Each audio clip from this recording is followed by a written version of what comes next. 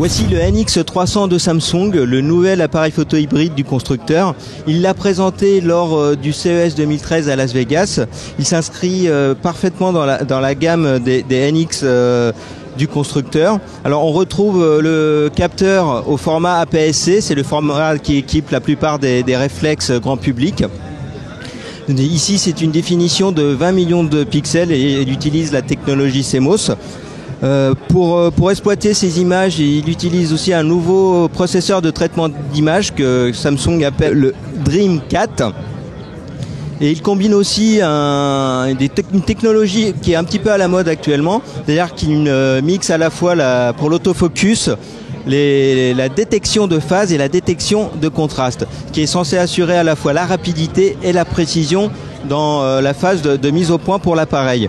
Il possède aussi à l'arrière un écran OLED articulé et tactile d'une diagonale de 3,3 pouces, ça fait 8,4 cm approximativement, et une définition de 768 000 points. Il dispose bien évidemment d'un mode vidéo qui permet de tourner des images en Full HD et que ce soit en 2D ou en 3D. Une des particularités du NX300, c'est de posséder une connexion Wi-Fi, comme quelques-uns des autres appareils de la gamme NX. Alors ce Wi-Fi, qu'est-ce qui permet sur cet appareil photo ? Alors c'est assez simple parce que ça me permet de communiquer très facilement avec des objets mobiles tels que tablettes, smartphones et échanger très facilement toutes ces photos par exemple, ou même piloter son appareil photo depuis sa tablette ou depuis son smartphone. Ça se concrétise comment ? Alors la mécanique est assez simple. Vous téléchargez une application qui existe sur le Play Store de Google, ça s'appelle Smart Camera. Vous la téléchargez depuis le Play Store sur votre tablette ou votre Smart Camera, smartphone, et vous lancez cette application.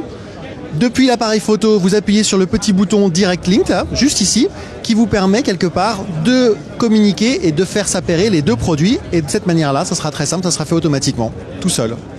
Et cette fonction, elle est compatible qu'avec les smartphones et les tablettes Samsung, ou on peut télécharger l'application sur une autre tablette ou téléphone Android ? On peut exactement utiliser ça sur une autre tablette Android, il n'y a pas de problème. On trouve cette application sur le Play Store, donc qui peut être téléchargeable sur une tablette Android Samsung ou éventuellement une autre tablette d'une autre marque. Donc là, vous dites que c'est compatible avec les produits Apple, par exemple ? Voilà, là, l'application, je ne suis pas sûr qu'elle soit encore disponible. L'idée, c'est de pouvoir la rendre disponible également sur l'environnement aussi Apple. Samsung annonce la disponibilité de ce NX300 pour le mois de mars aux alentours de 800 à 900 €. En vidéo également sur Dailymotion YouTube et en podcast iTunes.